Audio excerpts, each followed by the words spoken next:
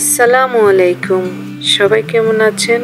আলহামদুলিল্লাহ, আমরা ভালো আছি। আজকে আপনাদের সাথে শেয়ার করব নতুন একটা রেসিপি, ডাল দিয়ে চাল কুমড়ার পাতা ভাজি।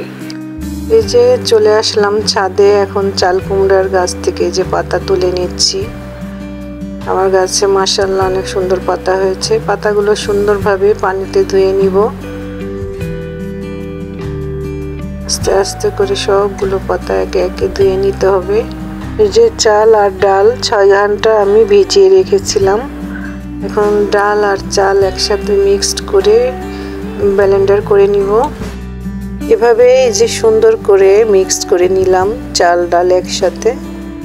এভাবে আপনারা মিক্সড করে নেবেন। এবারে একে একে দিব মশলা, রসুন বাটা, আদা বাটা দিয়ে দিব, মরিচ গুঁড়ো, তারপরে হলুদ গুঁড়ো, ধনিয়া গুঁড়ো, জিরা গুঁড়ো, লবণ সব একসাথে মিক্সড করে মাখিয়ে নিব হাত দিয়ে ভালোভাবে। এটা হাত দিয়ে মাখাবেন, তাহলে আরও বেশি মজা হবে জিনিসটা। হ্যাঁ, আমি আমার মতো করে মাখিয়ে নিয়েছি। হাত দিয়ে মাখালে জিনিসটা অনেক ভালো হয়।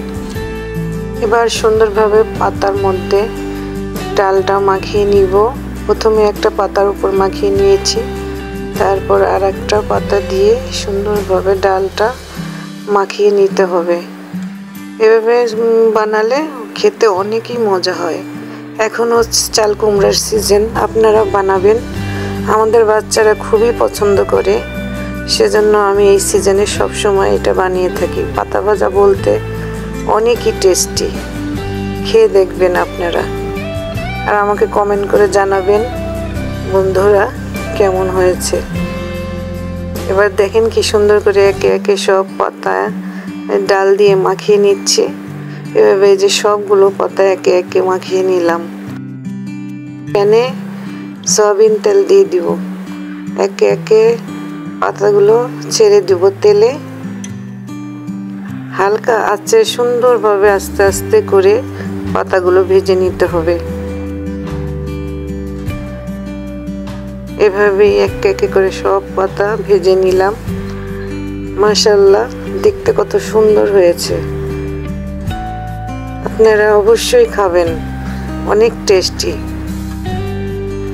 এখন শুকনো মরিচ যে তেলে ভেজে নিব। পাতা ভাজার সাথে শুকনো মরিচ তো হতেই হবে, আমরা যেহেতু বাঙালি বলে কথা। মাশাআল্লাহ, অনেক অনেক টেস্টি হয়েছে। আপনারা বাসায় বানিয়ে খাবেন, আমরা তো খুবই পছন্দ করি। ভালো লাগলে লাইক, কমেন্ট, সাবস্ক্রাইব করবেন। আল্লাহ হাফেজ।